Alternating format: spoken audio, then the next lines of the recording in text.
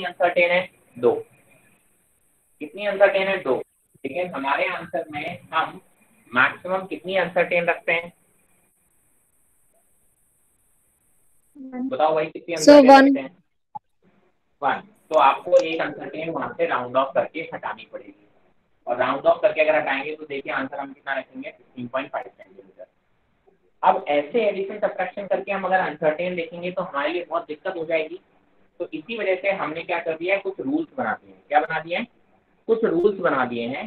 ठीक है, तो उसमें जो रूल्स है, पहला यही वाला, आप बोलोगे कि सर एडिशन या सब्ट्रैक्शन के केस में, एडिशन या सब्ट्रैक्शन के केस में हम बोलते हैं कि सर हम जो आंसर देते हैं, एडिशन या सब्ट्रैक्शन के केस में हम जो आंसर देते हैं, हमारे आंसर में डेसिमल प्लेसेस जो होते हैं ना, हम उतने ही डेसिमल प्लेसेस रखते हैं जितने हमारे जो ये जो क्वांटिटी जो ऐड हो रही थी उनमें से जिसके पास मिनिमम है उतने के बराबर। देखिए दोनों क्वांटिटी में से कितने कितने कितने डेसिमल प्लेसेस दे रखे हैं दोनों में? ऊपर वाले में कितने डेसिमल प्लेसेस हैं? सर 1 1। और नीचे में 2। 2। हमारे आंसर में मिनिमम वाले रखने हैं, आप उनको कितने रखने हैं? मिनिमम। मिनिमम कितने में? 1 वाले में। तो हमारा जो आंसर होगा दैट विल बी बेसिकली एक डेसिमल तक आंसर रखेंगे। तो इससे देखिए हमने आंसर क्या रखा? 16.5। क्या ये बात समझ में आया? एडिशन या सब्ट्रैक्शन करते टाइम हम आंसर में उतने ही डेसिमल प्लेसेस तक आंसर देंगे। ठीक है, डेसिमल प्लेसेस तक आंसर देंगे जितने हमारे मिनिमम नंबर वाले के पास होंगे। Is it clear? कोई दिक्कत? No sir. No sir. No sir. चलिए इसको रूल के फॉर्म में लिख लीजिए, आपको मैं लिखवा लेता हूँ। ठीक है, लिख लीजिए इसको। इन एडिशन और subtraction, in addition or subtraction, in addition or subtraction, the final result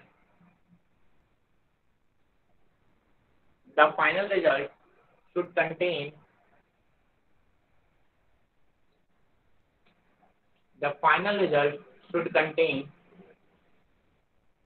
same number of decimal places,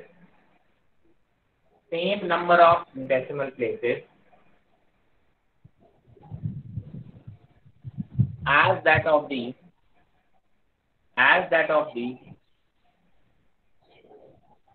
original number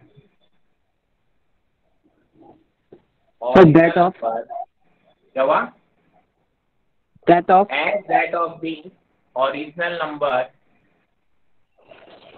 with minimum number of decimal places. With minimum number of decimal places.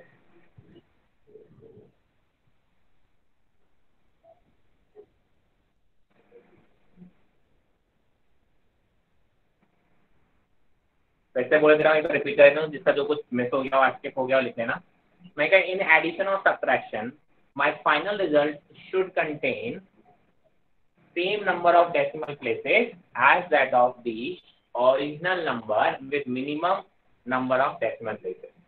मतलब हम answer देते time ये देखते हैं कि जो original number हम add या सब्ट्रैक्ट कर रहे हैं उसमें मिनिमम नंबर डेसिमल प्लेसेस किसके पास हैं, उतने ही बराबर तक हम अपना आंसर देंगे। ठीक है, नेक्स्ट वाला लिख लो मल्टीप्लिकेशन और डिवीजन। नेक्स्ट रूल लिख लो मल्टीप्लिकेशन और डिवीजन।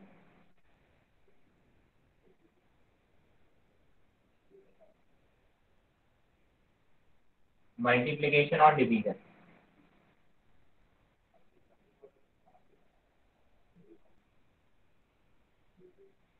मल्टीप्लिकेशन और डिवीजन में एक रूल है। इसी तरीके से अनसर्टेन डिजिट्स को अवॉइड करने के लिए हमने एक रूल बना रखा होगा, तो वो रूल क्या है वो लिख लो इसमें। इन मल्टीप्लिकेशन और डिवीजन, इन मल्टीप्लिकेशन और division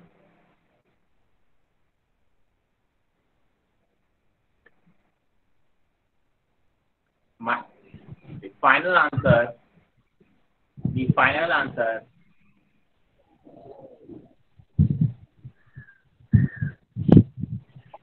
should have, the final answer should have.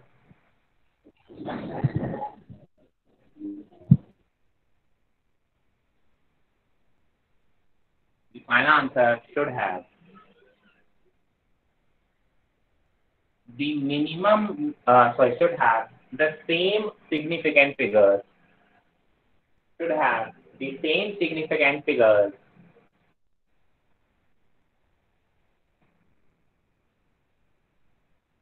as that of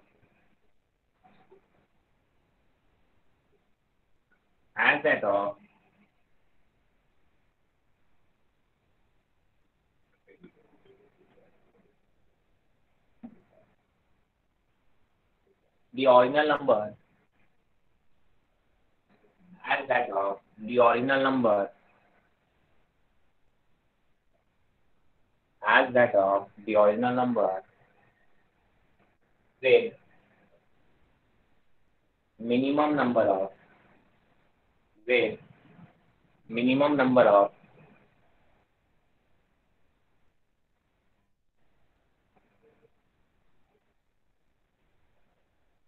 significant figures.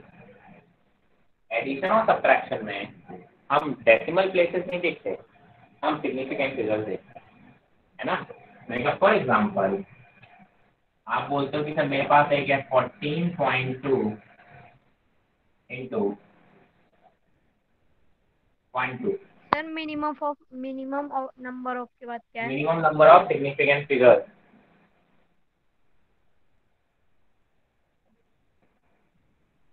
आपने बोला ये दो क्वांटिटी इनको आपको ऐड करना है, तो आप ऐड करोगे तो क्या लिखोगे? 12 to 24 कैरी 2, 12 4 जा 48, 48 और 2 50 कैरी 5, 12 1 जा 12। आप बोलोगे सर एक डेसिमल, आंसर आएगा ये। आंसर कितना आ रहा है? ये। ठीक है, एक काम करो इसमें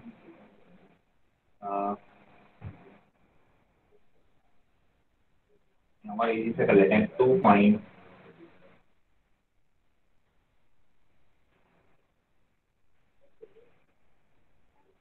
चलो ये ठीक है। तो आप क्या बोलोगे कि सर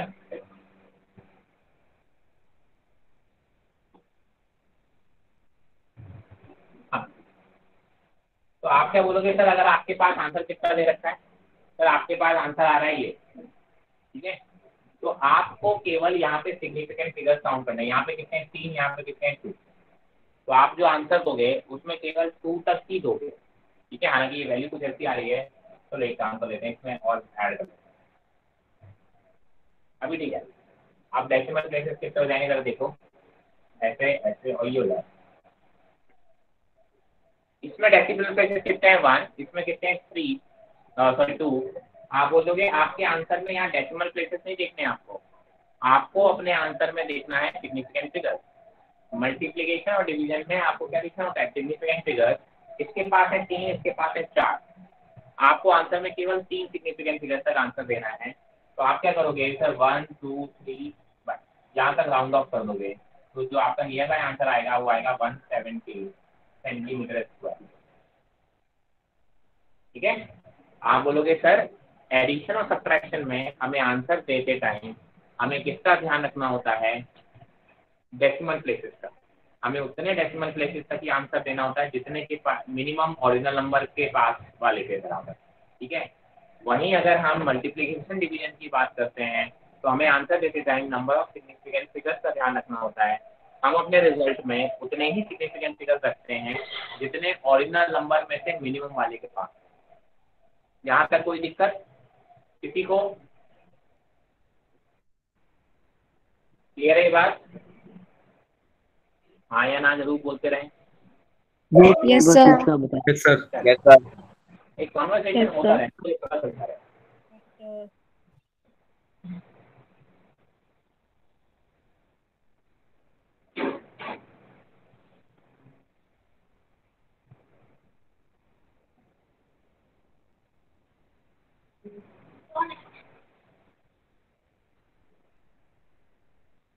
आपने बोला कि सर अब हम बात करेंगे ये डिजिट हटाने के, सर यहाँ पे आपने 0 हटा दिया, यहाँ पे 400 हटा दिया।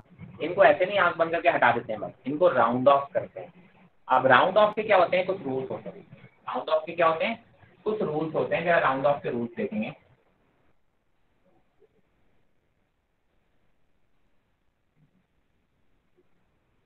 देखिए, राउंड ऑफ के रूल्स की अगर हम बात करें तो राउंड ऑफ करने के बहुत सिंपल सा रूल है।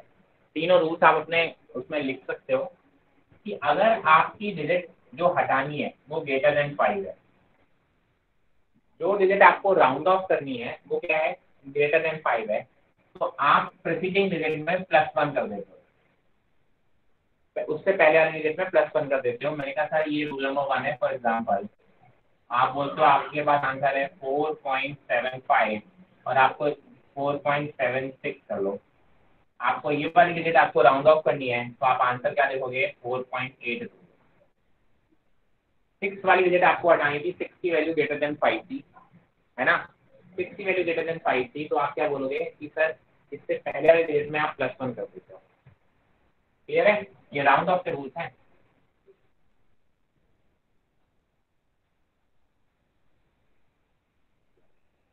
किसके रूल्स हैं ये, राउंड ऑफ के रूल्स हैं। मैंने कहा बहुत अच्छी बात है।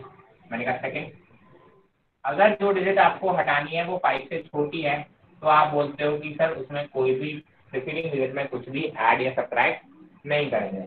मैंने इसी एग्जांपल की बात कर लो। मैंने कहा अगर ये 4.74 होता और आपको 4 को राउंड ऑफ करना था, तो आपका आंसर 4.7 ही रहेगा। क्लियर है बात, क्योंकि ये वैल्यू जो राउंड ऑफ करनी थी वो 5 से छोटी थी, तो आप क्या बोलोगे कि सर आपने प्रीसीडिंग डिजिट में कुछ भी ऐड या सब्ट्रैक्ट नहीं किया है। थर्ड केस, अगर आप बोलते हो कि सर वो =5 है ना। अब =5 में 3 केस बनते हैं। पहला एग्जांपल से समझने की कोशिश करते हैं। आपका आंसर है 4.751, आपको यहां तक हटाना है, इस 5 को रिमूव करना है। अगर इस 5 के बाद कोई भी डिजिट है तो ये 5 से बड़ा ही हो गया ना बेसिकली। अगर इस 5 के बाद कोई भी डिजिट है, ठीक है, तो आप बोलोगे कि सर ये 5 से बड़ा हो गया।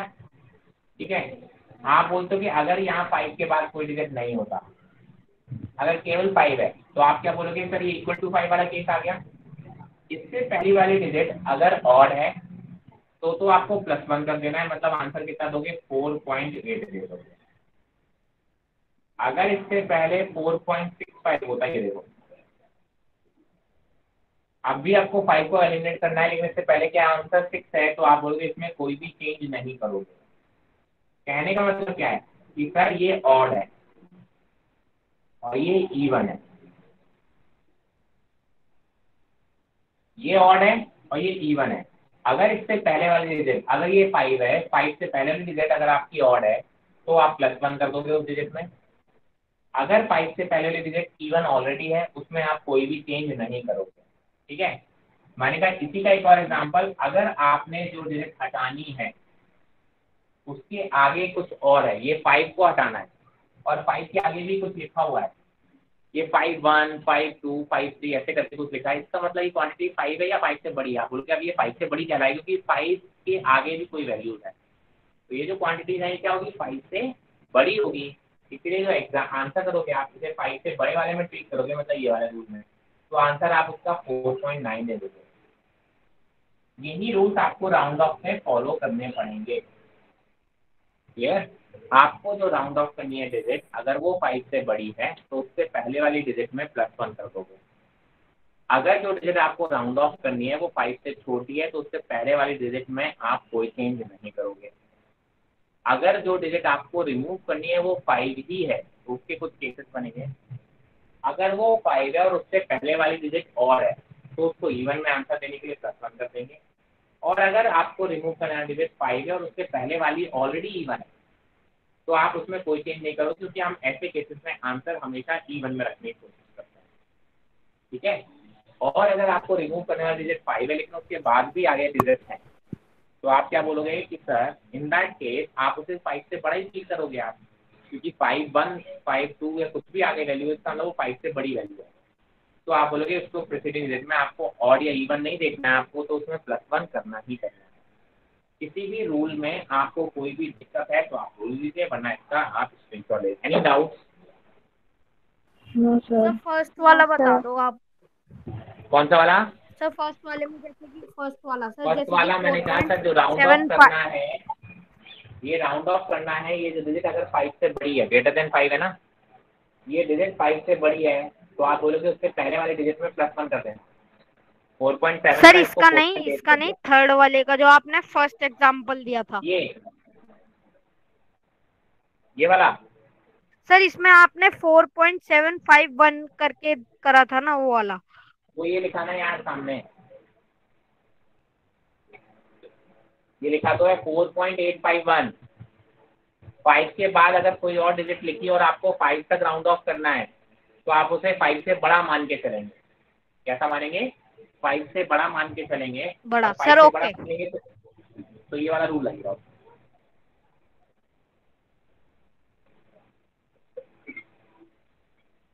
देखिए स्क्रीनशॉट, फिर अपन आगे बातें करेंगे। क्लियर है सबको? आगे बढ़ सकते हैं अपन। ओके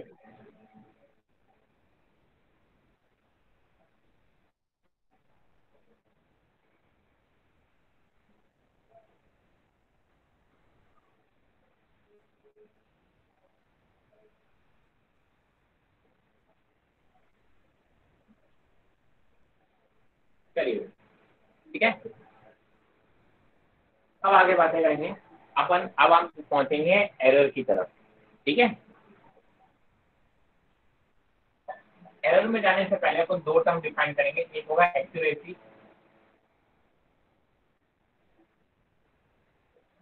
और एक होगा precision.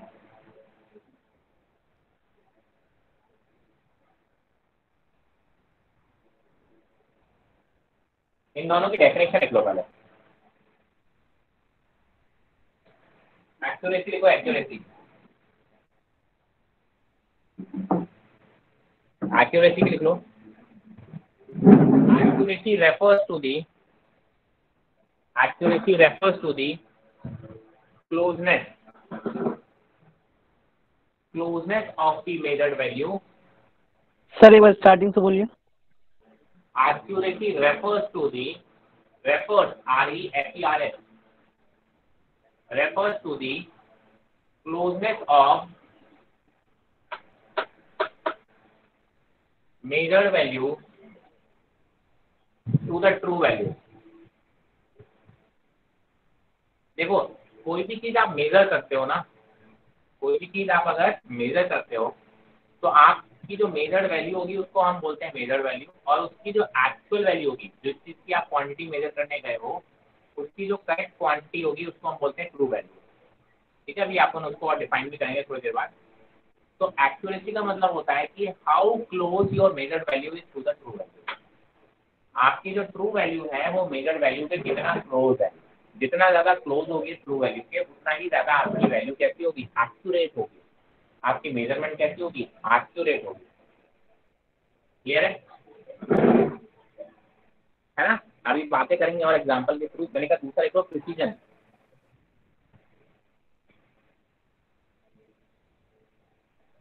it refers to the resolution. It refers to the resolution, resolution, resolution or limit. It refers to the resolution or limit to which the quantity is measured. To which the quantity. Sir revolution और के बाद क्या था? Resolution or the limit to which the quantity is measured. Basically precision बताता है कि कितना छोटे लेवल तक जाके आपने वैल्यू को मेजर किया है। फॉर एग्जांपल आपने बोला इसकी मेजरमेंट आप करते हो 1 सेंटीमीटर में मेजर करके रख दिया कि सर 10 सेंटीमीटर है। आप बोलते हो नहीं सर 10 सेंटीमीटर 0 मिलीमीटर तक मेजर करके दिया।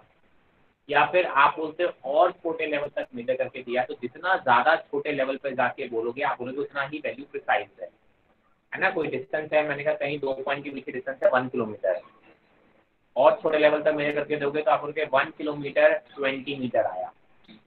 और ज्यादा प्रिसाइज वैल्यू मेजर करने की कोशिश करोगे तो आप बोलोगे 1 किलोमीटर 20 मीटर 2 सेंटीमीटर, है ना। और छोटे लेवल तक उसको मिलीमीटर तक मेजर करोगे। तो जितना ज्यादा छोटी स्केल के लेवल तक पहुंच जाओगे उतनी ही ज्यादा आपकी वैल्यू प्रिसाइज कहलाएगी। क्लियर है ये बात? जितना ही ज्यादा आप छोटे लेवल तक पहुंचेंगे आप बोलोगे उतना ही ज्यादा वैल्यू आपकी प्रिसाइज कहलाएगी। I hope this is very clear. ठीक है, तो क्या बोल रहा था मैं? और एक्यूरेसी का मतलब होता है कि आपकी जो ट्रू वैल्यू एक्चुअल वैल्यू है और आपकी जो मेजर्ड वैल्यू है वो जितना पास होंगी, जितना क्लोज होंगी एक दूसरे के, उतनी ज्यादा एक्यूरेसी ज्यादा होगी। अब एक्यूरेसी और प्रिसीजन में थोड़ा अंतर होता है ना। मैं फॉर एग्जांपल देखिए, ये क्वांटिटी है, किसी की लेंथ आपको मिले करनी थी वो थी 4.0 मीटर, ये इसकी ट्रू वैल्यू थी। किसी की लेंथ आपको मेजर करनी थी, वो आप उसकी जो एक्चुअल लेंथ थी वो 4.0 मीटर थी। मैंने कहा सर आपने मेजर की दो तरीके से, एक में वैल्यू आई 4.32,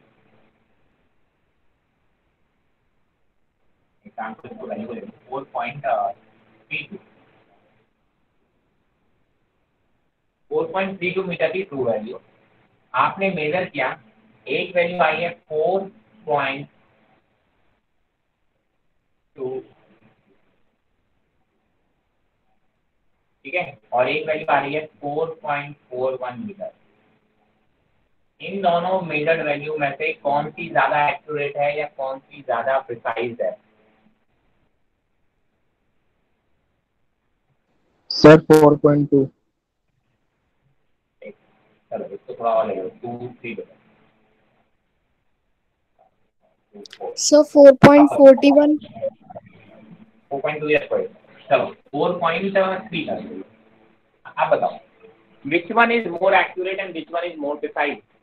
So 4.3. 4.41 क्या? 4.3 क्या है? एक्यूरेट है, प्रिसाइज है या दोनों है? Sir, accurate है। Accurate. और प्रिसाइज? सर 4.41। 4.41। 4.41।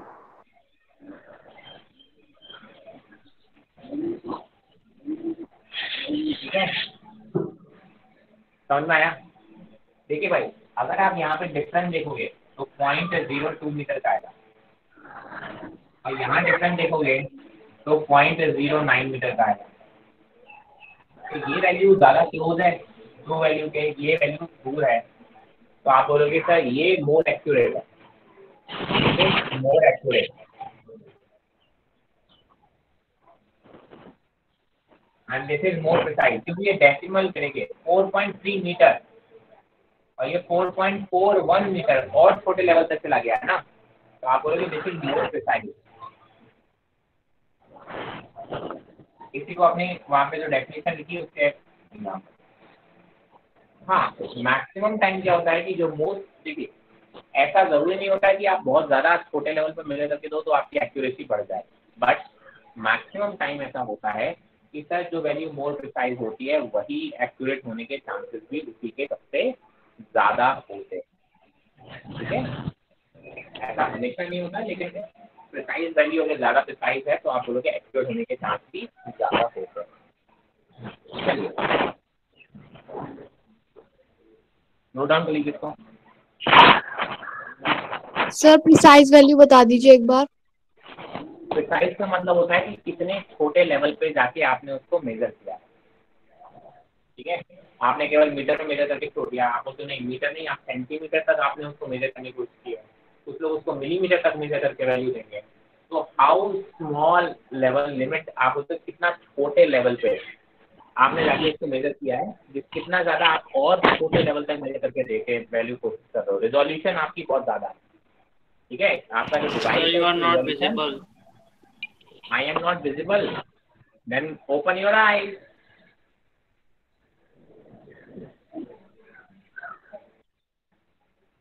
हाँ जी, बाकी लोगों को am I visible to everyone?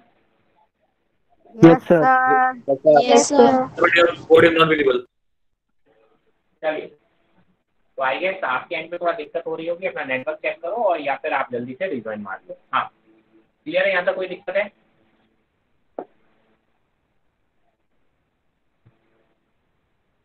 चलो एक और एग्जाम्पल को 3.678 आंसर 3.678 सेंटीमीटर, ये इसकी ट्रू वैल्यू है। आपकी जो दो मेजर्ड वैल्यू है वो है 3.5 सेंटीमीटर और दूसरी वैल्यू है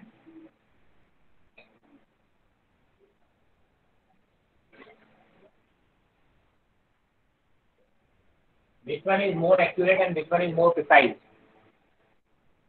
Sir, 3.68 centimeter is more 68 accurate centimeter and is more 3.65 accurate. centimeter is oh, Precise. First one more accurate, second one more precise.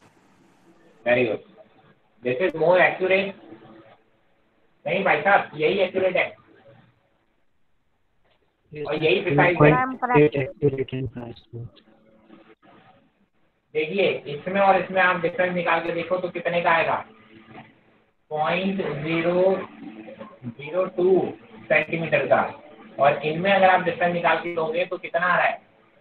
0.178 centimetre. कौन सा डिफरेंस ज्यादा है? ये डिफरेंस ज्यादा है ना? Yes sir. Yes, तो sir. भाई साहब, डिफरेंस ज्यादा है मतलब एक्यूरेसी कम है। इसकी एक्यूरेसी भी ज्यादा है और इसकी प्रिसीजन भी ज्यादा है।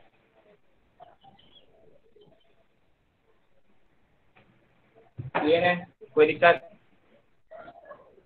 No, sir. चलिए then, आगे बढ़े। सर एक मिनट, एक्यूरेसी तो 3.68 है ना? 3.68 पढ़ते हैं पहले तो उसको, 3.68 नहीं पढ़ेंगे। 3.68 अब प्रिसाइज हाँ। 3.5। बेटा प्रिसाइज भी यही है और एक्यूरेट भी यही है। ये केवल 1 डेसिमल तक ही मेजर करके दिया है, ये 2 डेसिमल तक मेजर करके दिया है, तो ज्यादा छोटे लेवल तक मेजर करके दिया ना आपको। ये सिर्फ मिलीमीटर तक मेजर किया है, ये और उससे आगे चला गया है। Okay sir. दोनों सेंटीमीटर है ना, 1 डेसिमल तक मेजर करके दिया और ये 2 डेसिमल तक मेजर करके दिया, तो कौन ज्यादा प्रिसाइज हुआ? जो ज्यादा डेसिमल तक मेजर करके दिया। सर एक बार सर ट्रू वैल्यू और मेजर्ड वैल्यू बोल दीजिए क्योंकि सर विजिबल नहीं है स्क्रीन। क्या बोल रहे हो? फिर से बोलो। सर एक बार ट्रू वैल्यू और 2 मेजर्ड वैल्यू बोल दीजिए क्योंकि सर स्क्रीन विजिबल नहीं है, क्या लिखा है। बेटा मैं बोले दे रहा हूँ, नो दिक्कत, बट अगर ऐसी स्क्रीन विजिबल नहीं है तो आपको रिजाइन करना पड़ेगा भाई, आपके एंड पे नेटवर्क इश्यू होगा। ट्रू वैल्यू है 3.678 सेंटीमीटर, ठीक है, और पहली मेजर वैल्यू है 3.5 सेंटीमीटर और दूसरी वैल्यू है 3.68 सेंटीमीटर। बाकी लोगों को स्क्रीन क्लियर है ना everyone? Yes Yes, sir. Okay, everything is readable right? Properly readable ना? Yes sir. Yes sir. Good. चलिए आगे बढ़े। Yes, sir. चलिए, ये तो हो गई एक्यूरेसी और प्रिसीजन की बात करिए।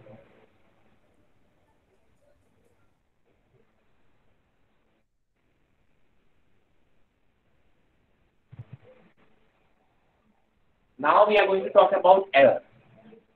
किसी भी आप कोई भी चीज मेजर करते हो ना, तो उसमें आप हमेशा बोलते हो कोई ना कोई एरर होगी, उसी एरर की बात करने वाले हैं।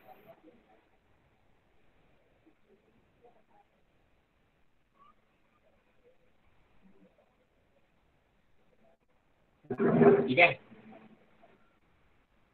सर एक मिनट, आपने इस टाइम का एग्जाम्पल मैंने कब हमेशा दिया होगा, कल भी दिया होगा।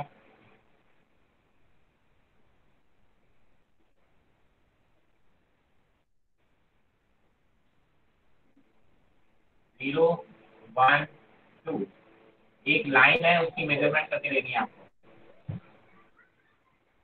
कितनी है इसकी value? 1.5। 1.6. 1.6. somebody is saying that अगर ये होगी, सेंटीमीटर में है एक्यूरेट नहीं होगी तो sir. 1.5 centimetre, somebody is saying that 1.6 centimetre. दोनों ही लोग अपनी अपनी जगह पर सही हैं और दोनों ही अपनी अपनी जगह पर गलत भी हैं। तो ये आप बोलते हो कभी भी आप एक्यूरेसी 100% नहीं रख सकते। आप मेजर करोगे तो मेजर करते टाइम छोटी मोटी एरर आएगी ही आएगी, ठीक है। तो अब आपको फाइंड आउट करनी है कि कितनी एरर आपकी मेजरमेंट में आ रही है, ठीक है। क्योंकि जब भी आप कोई भी वैल्यू देते हो, है ना, फॉर एग्जांपल आप कोई डिवाइस खरीदने जाते हो, आपने ये कंडेंसर, आपके फैन में जो कंडेंसर लगे होते हैं, कभी उसको खरीदने जाते हो, कभी उसकी रीडिंग पढ़ के देखना, उसमें रीडिंग प्लस माइनस कुछ लिखा होता है, +-5% या +-2%। इसका मतलब क्या दे रहा है वो? एक्चुअल रीडिंग तो यही है, बट इसमें से थोड़ा बहुत 1% 2% जितना भी है उतनी आगे पीछे वैल्यू हो सकती है। तो हमेशा कोई भी क्वांटिटी जो मेजर करके होती है ना, उसकी आपको एरर भी आपको तुरंत ही तुरंत बताना पड़ता है। क्लियर है बात? चलिए, यस सर। अब हम बात करेंगे एरर कैलकुलेट कैसे करते हैं। सर जो आपने सेल बनाया था उसमें 1.5 और 1.6 कैसे आया? जो आपने सेल बनाया था उसमें 1.5 और 1.6 कैसे आया? 1.5 या 1.6 कैसे आया? Yes sir.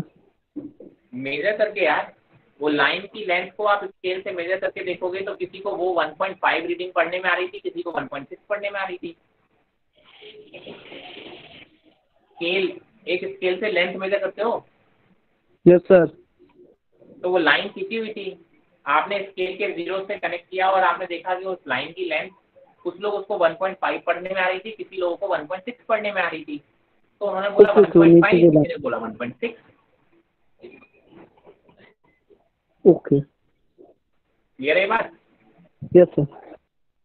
समझ में आ गई? तो वो तो 2 रीडिंग थी, मैंने बेसिकली किसी को 1.5 रीडिंग आ रही थी, किसी के लिए 1.6 आ रही थी। आती है, आप प्रैक्टिकल करने जाते हो तो सबकी रीडिंग्स अलग अलग आती हैं कि नहीं आती हैं? क्वांटिटी आप सेम मेजर कर रहे होते हो, बट आप बोलते हो रीडिंग अलग अलग आती हैं। 10th वगैरह में एग्जाम किए होंगे प्रैक्टिकल, तो जब कॉपी भी करते हो तो कहते हो रीडिंग सेम मत लिखना, रीडिंग थोड़ी चेंज कर करके लिखना। ऐसे ऐसे कॉपी करते हैं ना,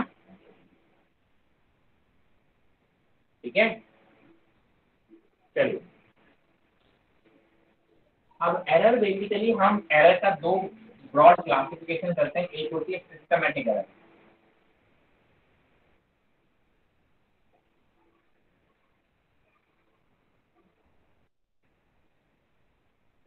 और एक होती है रैंडम एरर।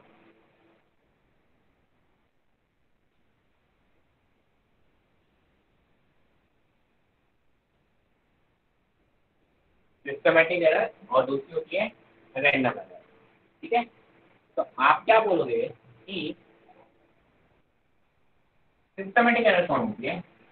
जो कि डिवाइस की वजह से हो जाती है। आपको डिवाइस आपका थोड़ा फॉल्टी है, कुछ खराब रीडिंग ले रहा है, आपको रीडिंग लेने का तरीका नहीं आता है, आप उसको जिस लेवल पे रीडिंग लेना होता है उस लेवल से रीडिंग नहीं पढ़ पा रहे हो, ठीक है। मतलब बेसिकली आपको सिस्टम की साइड से कुछ लेने में प्रॉब्लम आ रही है। सिस्टम होती है ना, कभी कभी आप बोलते हो हमेशा 2 सेंटीमीटर एक्स्ट्रा ही देगा, क्योंकि आपका सिस्टम की जो डिवाइस है वो खराब है।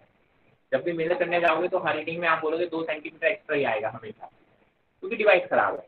तो आप बोलते हो ऐसे एरर जो कि आपके सिस्टम की वजह से होते हैं या ह्यूमन एरर होते हैं, उनको हम बोलते हैं सिस्टमेटिक एरर। रैंडम एरर का मतलब क्या हो गया? They are random in nature, ठीक है। रैंडम एरर का मतलब क्या हुआ? They are random in nature. उनका आपको पता ही नहीं होता रीजन क्या होता है। कभी हवा तेजी से चल गई रीडिंग लेते टाइम तो आपकी रीडिंग गड़बड़ा गई, कभी हवा इस साइड से चल गई, कभी हवा इस साइड से चल गई, ठीक है, रीडिंग लेते टाइम तो आपकी रीडिंग गड़बड़ हो गई।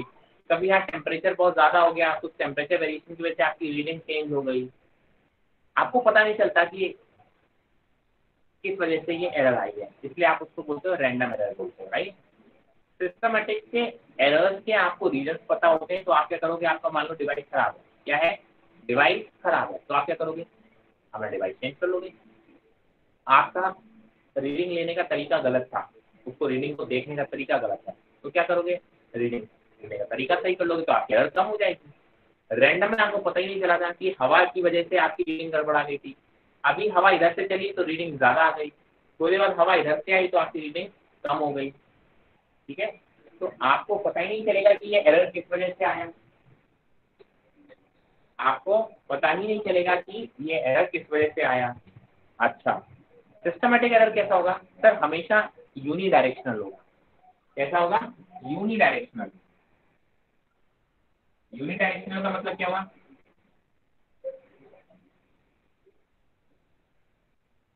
केवल एक ही डायरेक्शन में होगा, जबकि ये बाई डायरेक्शनल होगा।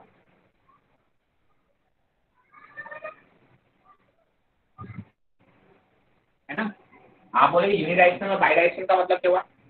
अगर आपका डिवाइस खराब है तो हर बार 2 सेंटीमीटर एक्स्ट्रा देना होगा। आप 10 बार रीडिंग लोगे तो हर बार रीडिंग क्या होगी? +2 सेंटीमीटर एक्स्ट्रा ही आएगी। जबकि रैंडम में क्या होता है कि ये बाई डायरेक्शनल होता है। तो अभी रीडिंग आपकी ज्यादा आ गई, तो अगली बार रीडिंग लोगे तो कम आ गई। क्यों?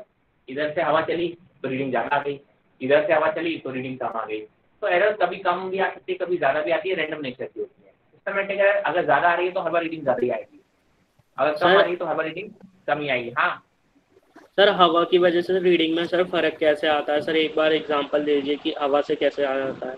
आप मान लो आप बहुत सी पतली सी एक बहुत ही पतला सा एक थ्रेड है ना, उस थ्रेड का लेंथ मेजर कर रहे हो या कुछ एंगल मेजर कर रहे हो, हवा चली, वो थ्रेड हिल गया तो आपने एंगल गलत मेजर कर लिया उस टाइम। समझ रहे हो? वो थ्रेड है, ये थ्रेड ऐसा है, उस थ्रेड का पीछा ही लाइन से कुछ एंगल आप मेजर कर रहे हो। मेजर करते टाइम थोड़ी सी हवा चली, आपका थ्रेड थोड़ा ज्यादा टिल्ट हो गया तो आपने एंगल गलत मेजर कर लिया, तो आप बोलोगे आपकी रीडिंग गलत हो गई कि नहीं हो गई? Yes sir, yes sir. है ना? तो आप ये मत सोचो सिर्फ लेंथ को ही मेजर करना है, बहुत सी कॉम्प्लिकेशंस आती, बहुत ही कॉम्प्लिकेटेड से मेजरमेंट करोगे आगे जाके। है ना? किसी का टेम्परेचर मेजर करना है, आपने बोला बहुत तेज हवा चल गई, थोड़ा सा उसको ठंडक मिल गई तो टेम्परेचर 0.02 डिग्री सेल्सियस नीचे चला गया, तो आपकी रीडिंग गड़बड़ हो जाएगी नहीं हो जाएगी? तो आप सिर्फ लेंथ मेजर तो करने जाओगे, आप तो बहुत कॉम्प्लिकेटेड सी चीजें मेजर करोगे आगे जाके।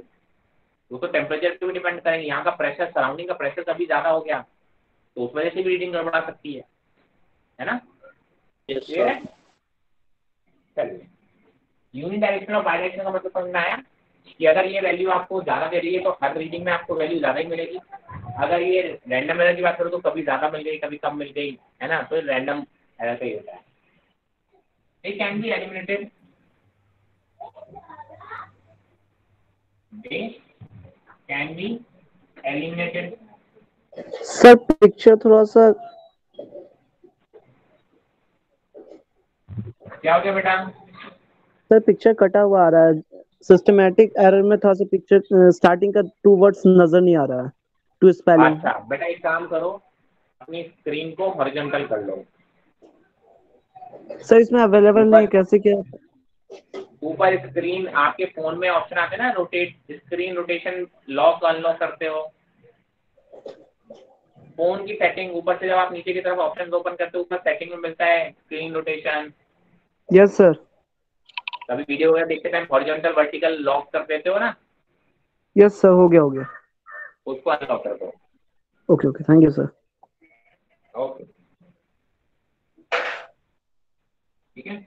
आप बोलोगे क्योंकि इनके रीजंस आपको पता है तो आप इनको एलिमिनेट कर सकते हो, क्योंकि इनके रीजंस आपको नहीं पता है तो आप इनको एलिमिनेट नहीं कर सकते हो। They can not be eliminated completely, they can not be eliminated completely, क्योंकि इनके तो रीजंस ही नहीं पता है। रीजंस पता होंगे तब आप इनको एलिमिनेट कर पाओगे ना। जिस चीज का आपको श्योर शॉर्ट रीजन ही नहीं पता हो उसको आप एलिमिनेट कैसे करोगे? है ना?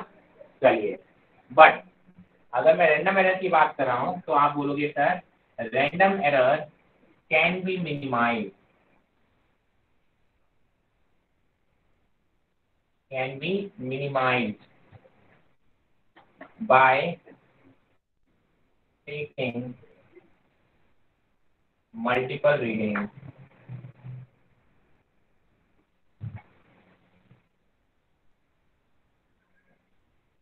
कई सारी रीडिंग्स लेते हैं, इसलिए अगर आपने कभी देखा हो हम प्रैक्टिकल करने जाते हैं तो हमको एक रीडिंग नहीं लेने को बोला जाता है, हमको बोला जाता है कई सारी रीडिंग्स लो। है ना? कभी सोचते हो यार ये 5 बार क्यों मेजर करवाते हो यार? 5 रीडिंग क्यों लेने को बोलते हो? एक बार रीडिंग ले लिया मतलब ले लिया, आप उसको नहीं 5 बार रीडिंग लेने को बोला जाता है, और 5 रीडिंग आप बोलते हो लगभग अलग अलग लिखते हो। अगर वाकई में प्रैक्टिकल किया होगा तो आप देखोगे कि कई बार ऐसा होता है कि 5 में से 2-3 रीडिंग तो अलग आ ही जाती हैं। तो क्यों? क्योंकि वो रैंडम एरर की वजह से।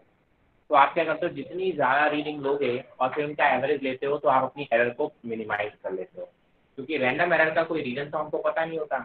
इनका तो रीजन हमको पता है, डिवाइस खराब है, तो आप बोलोगे कि सर डिवाइस खराब है तो डिवाइस चेंज कर लेंगे, मेजरमेंट लेने का तरीका मेरा गलत है तो उसको सही कर लेंगे, है ना। तो यहाँ पे आप ये एक ब्रॉड क्लासिफिकेशन है, इसमें कहीं कोई दिक्कत है तो पूछ लीजिए, अदरवाइज तक स्क्रीनशॉट ले लीजिए।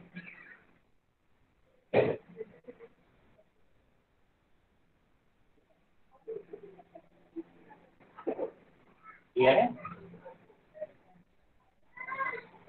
Yes sir. Yes sir.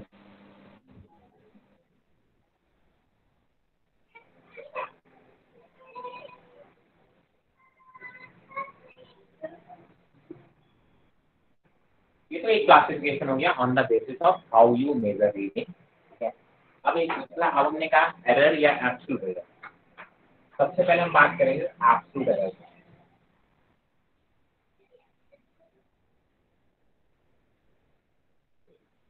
ये एब्सोल्यूट एरर क्या होता है ना? मैंने कहा absolute error is nothing but it is equal to the magnitude of true value minus measure value.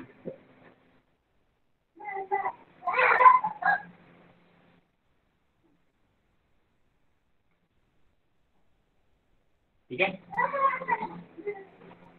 Sir ये वर्टी का पास मॉड है। हाँ बिल्कुल मॉड है। मॉड का मतलब होता है कि केवल पॉजिटिव वैल्यू से मतलब है।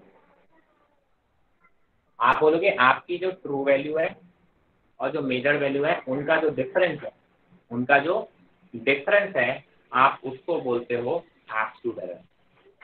क्या बोलते हो उसको? एब्सोल्यूट एरर बोलते हो, राइट। जो भी डिफरेंस है, ठीक है। आप ध्यान रखना ये डिफरेंस है। अगर ट्रू वैल्यू बड़ा होगा तो true value minus measure value करते हो, अगर मेजर वैल्यू बड़ा होगा तो आप बोलोगे sir measure value minus true value. हमें रिजल्ट हमेशा पॉजिटिव की मतलब होता है। पहली बार ध्यान रखना, हम एब्सोल्यूट एरर कभी भी नेगेटिव नहीं लिखते, हमेशा पॉजिटिव लिखते हैं। इनका डिफरेंस। अब आप बोलोगे यार बड़ा आसान है यार एरर कैलकुलेट करना, आपने मेजर वैल्यू निकालो, ट्रू वैल्यू आपको पता होगी, उसमें से डिफरेंस ले लो, एब्सोल्यूट एरर आ गया। मैंने कहा इतना आसान नहीं है, सोचिए। मैंने कहा सर इसकी मेजरमेंट करके बताइए, जो मार्कर है इसकी मेजरमेंट करके बताइए। आप बोलोगे सर इसका मेजरमेंट करने जाओगे, मैं कहूँगा जरा इसकी ट्रू वैल्यू कितनी है पूछोगे मुझसे, तो मैं क्या बोलूँगा? अगर मुझे ट्रू वैल्यू पता होती तो मैं तुमको मेजर करने के लिए क्यों बोलूँ? कॉमन सेंस है नहीं? तो अगर मुझे इसकी ट्रू वैल्यू पता होती तो मैं इसको आपको मेजर करने के लिए ही क्यों बोलता? सिंपल सी बात है। हाँ सर बात तो सही कह रहे हो आप, अगर आपको ट्रू वैल्यू ही पता होती तो आप मेजर करने के लिए मुझे क्यों बोलते हैं? बस इसका मतलब ट्रू वैल्यू भी आपको पता नहीं होती है, वो भी आपको फाइंड आउट करनी होती है, ठीक है। तो सबसे पहले तो ट्रू वैल्यू निकालो कि ट्रू वैल्यू कैसे निकलेगी। मैंने कहा ट्रू वैल्यू निकालने का तरीका क्या होता है, देखिए। ट्रू वैल्यू जनरली ए से डिनोट करते हैं या ए टी, या तो कभी ए लिखेंगे या फिर ए टी। ये क्या होता है, आप कई सारी रीडिंग्स लोगे, A1 फिर एक और रीडिंग ली, A2 फिर आप बोलोगे एक और रीडिंग ली, ऐसे कई सारी रीडिंग लोगे और उन रीडिंग का एक एवरेज निकाल लेते हो और उस एवरेज को आप ट्रू वैल्यू की तरह निकालते हो। यही बात समझना है। आप कई सारी रीडिंग्स लेते हो और उन कई सारी रीडिंग्स का जो एवरेज निकाल लेते हो उसी को आप क्या बोलते हो? ट्रू वैल्यू बोलते हो। मैंने कहा बहुत अच्छी बात है। और एब्सोल्यूट एरर को डेल्टा ए से डिनोट करते हो।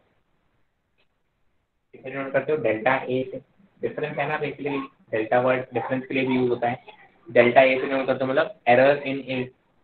अब आप बोलोगे यार मेरी रीडिंग कई सारी है तो मेरी हर रीडिंग में एक एरर होगी, है ना, हर एक। ये भी तो मेजर वैल्यू है, ये भी मेजर वैल्यू है। तो आप बोलोगे सर मेरे पास कई सारी एरर आ जाएंगी, पहली रीडिंग की एरर क्या होगी? आप बोलोगे सर A माइनस A1। दूसरी रीडिंग की एरर क्या होगी? आप बोलोगे सर A माइनस A2। आप बोलोगे तीसरी रीडिंग की एरर क्या होगी, ऐसे आप बहुत सारी रीडिंग्स की एरर निकालोगे, absolute error a minus a3, ऐसे ही आप बहुत सारी रीडिंग्स की एरर निकालोगे, आप बोलोगे सर अब इसमें आप बोलोगे मैं इसमें एरर बताऊं तो कौन सी एरर बताऊं, मेरे पास तो n एरर आ गई, इनमें से मैं कौन सी एरर बताऊं।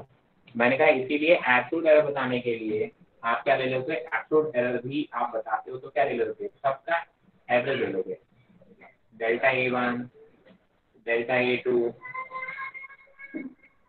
जितनी भी एरर आपके पास आई सबका क्या ले लोगे, एवरेज ले लोगे। ये आ गया आपके एब्सोल्यूट एरर डेल्टा A। क्या ये बात समझ में आया, अच्छा है आपको याद हो अभी तक हम प्रैक्टिकल में मल्टीपल रीडिंग करते हैं। अब जब आप किसी को रीडिंग लिख के देते हो क्या करते हो, जब आप किसी को रीडिंग लिख के देते हो तो आप पता है कैसे लिख के देते हो, सर आप लिख के देते हो a is equal to true value plus minus and delta A। इसका मतलब क्या होता है कि सर वैसे तो मेजर वैल्यू मैंने मेजर करके दी है, उसकी वैल्यू 80 के बराबर है, but delta A plus minus हो सकता है, मतलब इतनी वैल्यू प्लस या इतनी वैल्यू माइनस हो सकती है।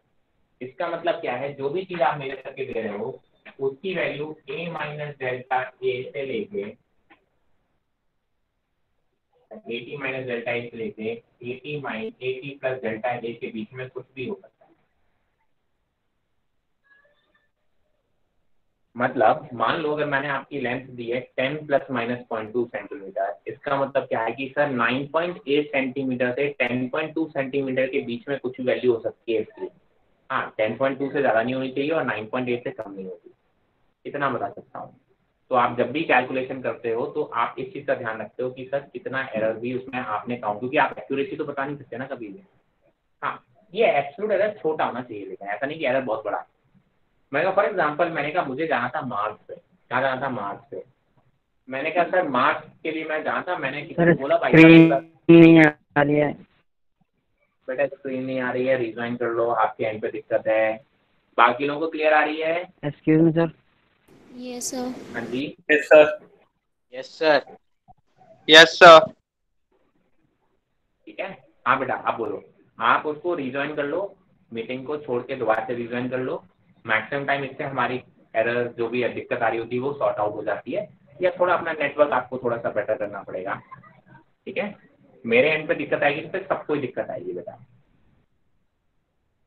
है ना, कोई दिक्कत नहीं, आराम से आपको आदत पड़ जाएगी धीमे धीमे करके कि किस तरीके से अपन हमारे सॉर्ट आउट ऐसे एकोमोडेट होते हैं धीमे धीमे नई चीज़ों से। हाँ मैंने कहा सर मैंने को मार्स पे जाना था, कहाँ जाना था, मार्स पे। मैंने आपसे पूछा बेटा मार्स की मुझे डिस्टेंस बता दो, उसने आपने बोला सर 1000 किलोमीटर। मैंने अपनी बाइक उठाई और चल दिया मार्स पे, 1000 किलोमीटर जाने का और 1000 किलोमीटर आने का मैंने उसमें पेट्रोल डलवा दिया। अब हुआ ये कि आपकी मेजरमेंट में थोड़ी सी एरर थी 2 किलोमीटर की, आपने जो 1000 किलोमीटर मेजर किया था एक्चुअली वो 1002 किलोमीटर था, आप में एरर आई जाती है। मैंने कहा तो होगा क्या, जब मैं वापस आ रहा हूँ तो मैं 4 किलोमीटर पहले ही मेरा पेट्रोल खत्म हो जाएगा बाइक का, अब वहां से मैं फ्री फॉल करूंगा। आपके लिए तो सर आपने बहुत छोटी सी एरर की, बट मेरे लिए तो वो जान की कीमत हो गई भाई, है ना। आप क्या हो सकते हो, किसी की छोटी सी एरर किसी की जान तक ले जा सकती है, तो इसलिए एरर बहुत बड़ा इंपॉर्टेंट रोल प्ले करता है। तो आप क्या लिखते हैं, अगर मेरे को आपने बताया था sir 1000 plus minus 0.2 metre 2 kilometre, तो मैं क्या मानता कि सर मैं 1002 किलोमीटर मानता, मैक्सिमम डिस्टेंस कितनी मानता, 1002 जाने का और 1002 आने का मैं पेट्रोल डलवाता 2004 किलोमीटर का। अगर वो 1002 किलोमीटर से कम होती डिस्टेंस तो मेरा पेट्रोल एक्स्ट्रा बच जाता, और अगर इतनी होती तो आप बोलते मैं तो भी मैं सेफली वापस आ जाता। तो इसीलिए इस एरर का बहुत महत्व होता है। ठीक है, आप बोलते हो कि दिस इज द मैक्स, इससे ज़्यादा एरर होनी भी नहीं चाहिए, अगर इससे ज़्यादा एरर हो जाएगी तो भी आप गलत दे दोगे, इसीलिए इसका एक और नाम हो जाता है, इसी एब्सोल्यूट एरर को आप मैक्सिमम परमिसिबल एरर भी बोल देते हो, मैक्सिमम परमिसिबल एरर, इसी का एक और नाम बोलते हो।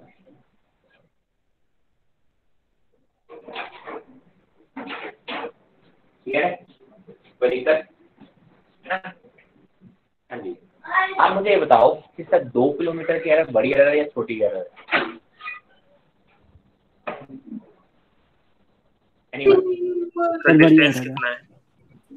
वेरी गुड,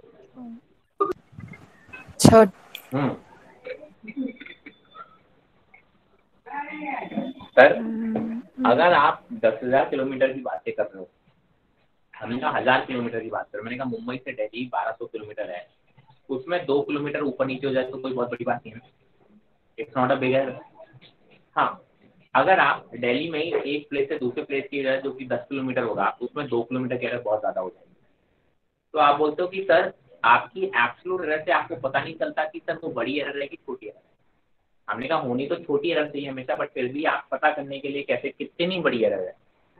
तो आप बोलते हो सर इसके लिए एक टर्म डिफाइन करते हैं जिसको हम बोलते हैं रिलेटिव एरर।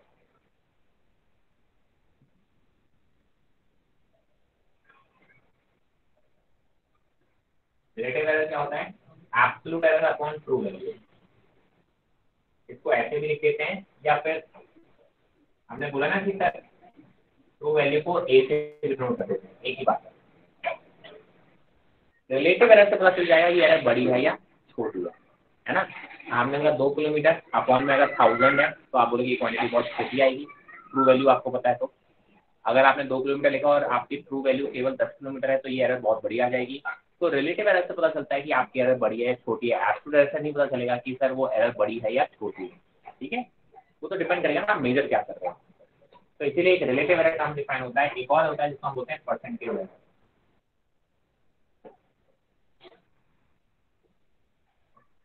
परसेंटेज एरर वो क्या होता है sir? Relative error into number. ये कुछ एरर के डिफरेंट काइंड्स ऑफ एरर्स होते हैं जो आपको पता होने चाहिए। कहीं कोई दिक्कत, किसी को कोई परेशानी? No sir. चलिए देख लीजिए, नहीं तो स्क्रीनशॉट ले लीजिए। Relative error is the ratio of absolute error upon true value. Sir एक बार फिर से बता दें, ट्रू वैल्यू से यहाँ से क्या क्या बेटा? ट्रू वैल्यू सर एक बार फिर से बता दीजिए। ट्रू वैल्यू होती है आपकी एक्चुअल ट्रू वैल्यू, जो आपकी रियल वैल्यू होनी चाहिए। तो ट्रू वैल्यू लेने के लिए क्या करते हो? आप कई सारी रीडिंग्स लेते हो और सारी रीडिंग्स का एवरेज निकाल लेते हो, उसी को आप ट्रू वैल्यू मानते हो। कोई ट्रू वैल्यू आपको पता होगी तो मेजर करने क्यों जाओगे, है ना। ट्रू वैल्यू मतलब जो करेक्ट वैल्यू होनी चाहिए किसी भी क्वांटिटी का। Okay sir, okay. चलिए, और कोई डाउट किसी को? सर रिलेटिव एरर के जो आपने एग्जांपल्स बताए थे उसे एक्सप्लेन कर दीजिए एक बार। रिलेटिव एरर क्या हो गया? इसका ratio of absolute error upon true error ना, और ट्रू वैल्यू।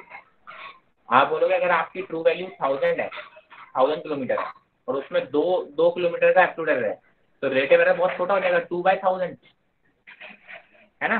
अब यही आप बोलते हो कि अगर आपकी ट्रू वैल्यू केवल मेजर्ड आपको 10 किलोमीटर ही करना है, उसी में आपने 2 किलोमीटर की एरर दे दी, तो 2/10 इज वेरी बिग एरर, है ना। परसेंटेज में कन्वर्ट करने जाओगे इंटू 100 करके, तो 2/10 मतलब 20% एरर होता है, और 2/1000 मतलब कितना हुआ? 0.2% एरर। तो 0.2% error is very small, while 20% error is very big. Okay sir, okay sir. जितना डिस्टेंस कम होगा उतनी ट्रू रिलेटिव एरर बढ़ेगा। नहीं, ये किसने बोल दिया? वो तो डिपेंड करेगा आप एरर कितना कर रहे हो,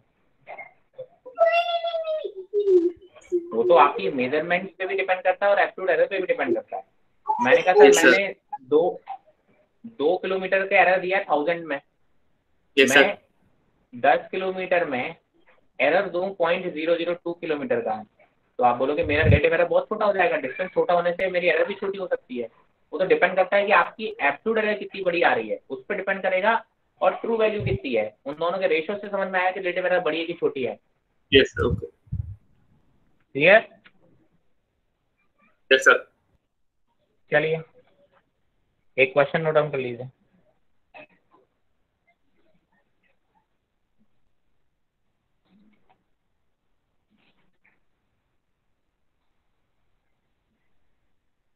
रीडिंग्स हैं, कुछ रीडिंग दे रखी हैं।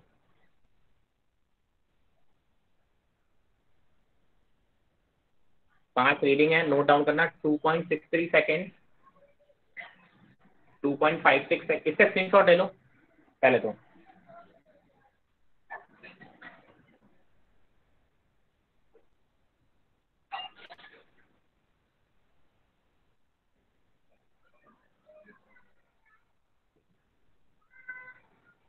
आप रीडिंग कर लो, कुछ रीडिंग है 2.63 second, 2.56 second, 2.42 second, 2.71 second and 2.80. 2.63 seconds, 2.56 seconds, 2.42 seconds, 2.71 seconds and 2.8 seconds. जल्दी से इनका absolute error and relative error निकाल दो।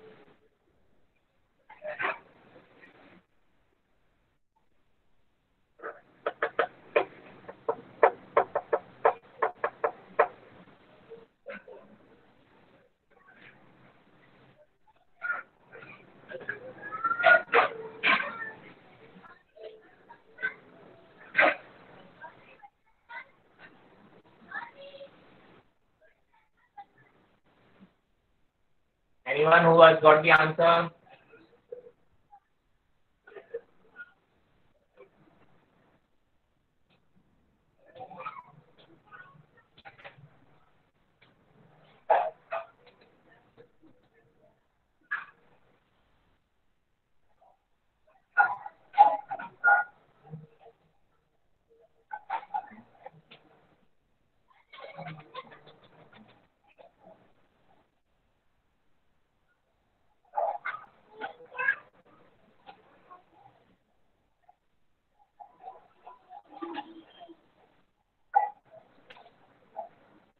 सर एब्सोल्यूट वैल्यू है 0.108। Absolute value? Absolute error? Absolute error sir. Yes sir यही है 0.108। ट्रू वैल्यू है 2.62।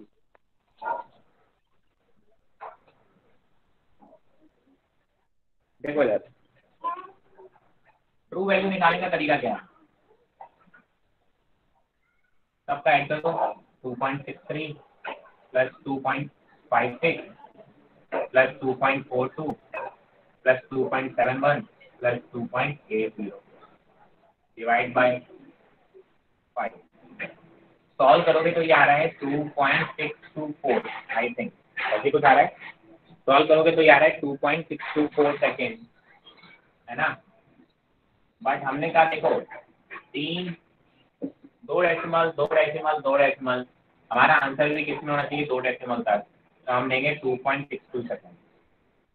ये आ गया मेरा ट्रू वैल्यू। 2 डेसिमल तक ही देंगे हम, ठीक है। अब आप बोलोगे कि सर एब्सोल्यूट एरर निकाल लो। एब्सोल्यूट पहली रीडिंग में कितना आएगा देखो, ट्रू वैल्यू और इनका डिफरेंस तो निकालना है। तो क्या लिखोगे 2.62 माइनस 2.63, वैल्यू आ रही है 0.01। डेल्टा A2 निकालोगे कितना आ रहा है 2.62 माइनस 2.56 कितना आ रहा है 0.08 सेकेंड। डेल्टा A3 निकाल दो 2.62 माइनस 2.42 क्या आ रहा है 0.20 सेकेंड। डेल्टा A4 निकाल दो 2.62 माइनस 2.71, ये वैल्यू आ रही है 0.09 सेकेंड। सर हाँ जी बेटा। सर आपने A2 की वैल्यू 0.08 लिखी है, उसका आंसर 0.06 है। सॉरी मेरी मिस्टेक हुई क्या, कोई बात नहीं, थैंक यू। हो जाता है, डाइट करने में ये दिक्कत होती है। हाँ जी 2.62 माइनस 2.80, ये वैल्यू आ रही है 0.018। ये आ गई अलग अलग एब्सोल्यूट एरर आ गई नहीं। आप क्या करोगे, इनका एवरेज लेके सम कर दो तो डेल्टा ही आ जाएगा। जब आप इनका एवरेज लेके सम करोगे तो पहले आप बोलोगे सम करके एवरेज लोगे, तो सम करोगे तो कितना आ रहा है सबका 0.54 डिवाइड बाय 5, ये आ रहा है 0.11 सेकेंड।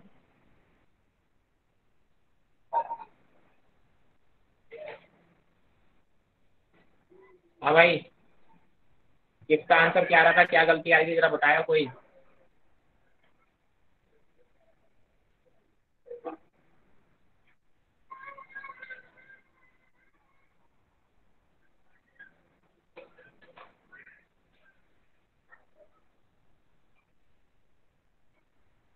बोलो भाई बोलो।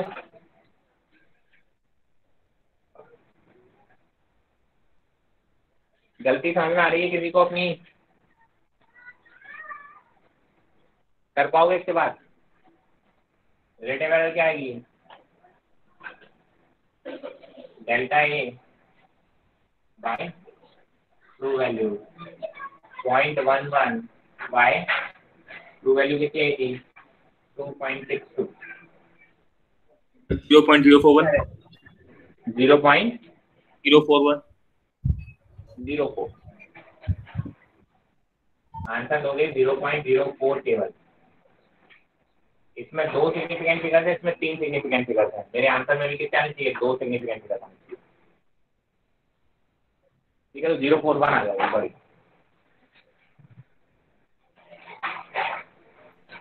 हाँ जी, कोई दिक्कत किसी भी स्टेप में कोई दिक्कत हो तो बोलो। सर एब्सोल्यूट एरर में 0.11 0.11 0.11 नीचे वाला उसका। क्या करूँ, क्या कहना चाह रहा हूँ मतलब। सर 0.11 कैसे आ गया 5? ये कैसे आ गया सर नीचे वाला ये। Yes sir. बेटा ये डेल्टा ए तो रखा है यहाँ 0.11, ये तो लिखा है 0.11 सेकेंड।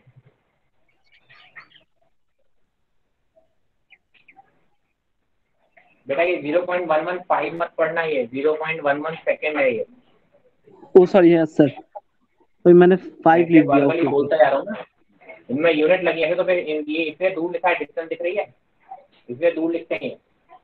मेरे 5 एकदम क्लियर 5 होंगे ऐसे ओके सर वही यस। हाँ ध्यान रखिए सब, ये 0.85 मत पढ़ लेना। 5 मेरे प्रॉपर ऐसे बनेंगे जैसे प्रॉपर 5 बनाता हूँ, ये ऐसे स्मॉल है। कर पाएंगे क्वेश्चन। कुछ लोगों ने यहाँ पे वैल्यू माइनस लिखी होगी, ये माइनस नहीं आएगा यहाँ। Yes sir. यहाँ माइनस नहीं आएगा, ध्यान रखने। मॉडलेस लगा है, मॉड का मतलब होता है केवल पॉजिटिव वैल्यू, और आपको बोला था error can not be negative. तो अगर आप इसकी लिख के दोगे तो बताए ए को कैसे लिख के दोगे, true value 2.62 plus minus 0.11 second ऐसे लिख के दोगे आप। किसी को मेजर वैल्यू करके दोगे तो ऐसे लिख के दोगे। भाई साहब वैसे तो मैंने मेजर किया है 2.62 वैल्यू है यार, बस प्लस 0.11 ऊपर या नीचे हो सकता है ना, वो आप देख लेना, इतना इतनी एरर आप लेके चलो। चलिए कोई दिक्कत? No sir. No sir. No sir. No sir. चलिए छोटा सा मैथ्स का छोटा सा कंसेप्ट और है, आगे की बातें हम अगली क्लास में करेंगे, लेकिन एक थोड़ा मैथ्स का कंसेप्ट सीख लेते हैं जिसको बोलते हैं बाइनोमियल अप्रोक्सीमेशन। आगे यूज होगा।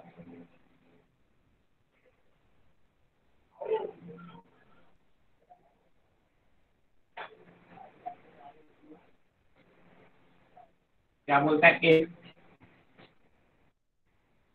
x का मैग्नीट्यूड 1 से बहुत छोटा हो, लेस देन 1 का मतलब होता है बहुत छोटा होता है, देन 1 प्लस x की पावर या प्लस माइनस दोनों ही आ सकते हैं, n can be written as 1 plus minus. अगर यहाँ प्लस है तो यहाँ प्लस लिख देना, यहाँ माइनस है तो यहाँ माइनस लिख देना। यही बात समझ में है?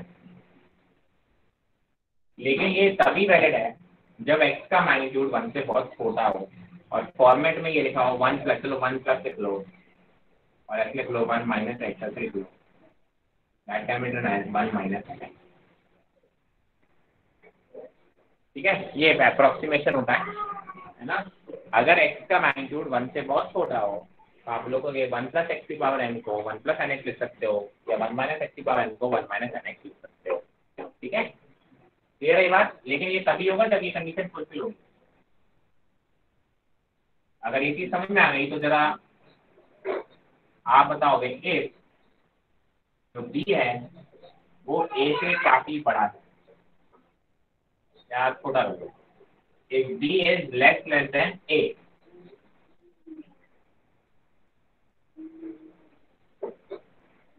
ठीक है, then find a plus b की पावर n कितना होगा? एनीवन? Excuse sir.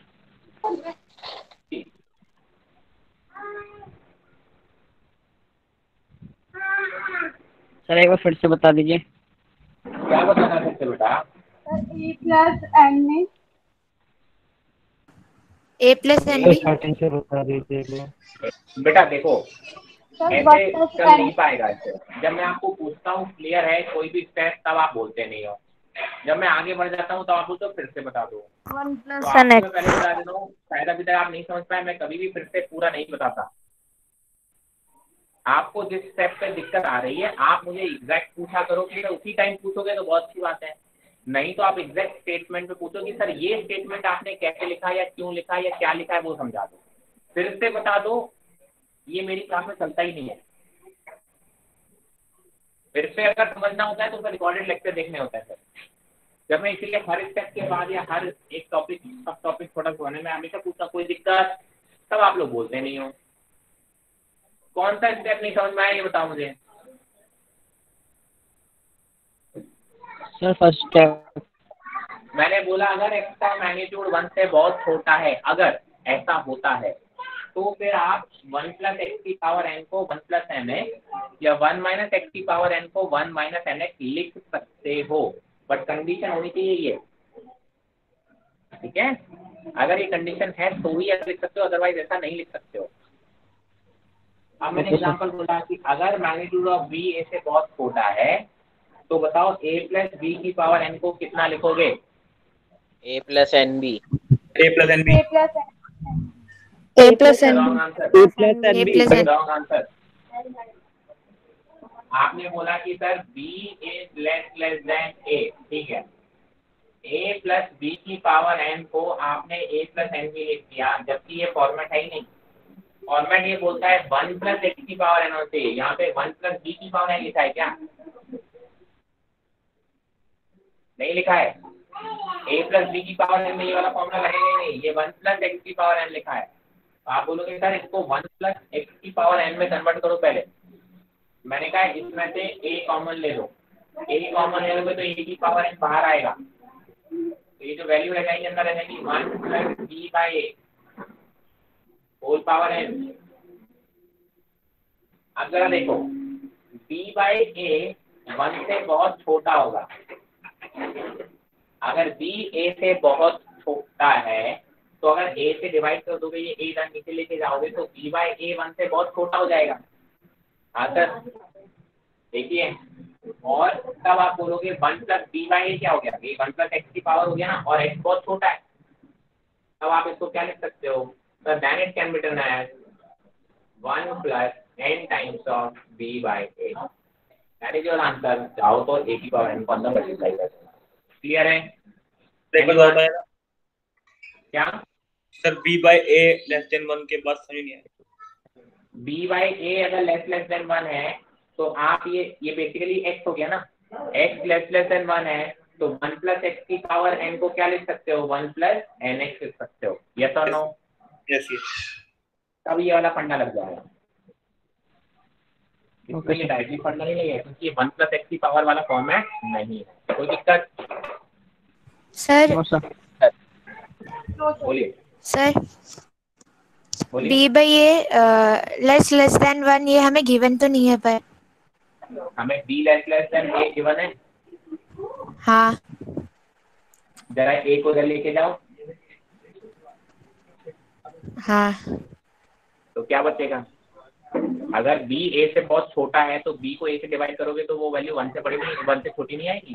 हमने बोला मान लो b की वैल्यू 2 है और a की वैल्यू 200 है, तो 200 से बहुत छोटा है तो 2 बाई 200 क्या होगा, 1 से बहुत छोटी होगी वैल्यू की नहीं। हाँ yes sir thank you. Clear है? एनीवन? चलिए एक स्क्रीनशॉट, आज में इतना काफी है। आपको डीपीपी दिलवा दूंगा फ्रेश नई डेट के साथ, सॉल्व कर ले। Thank you everyone.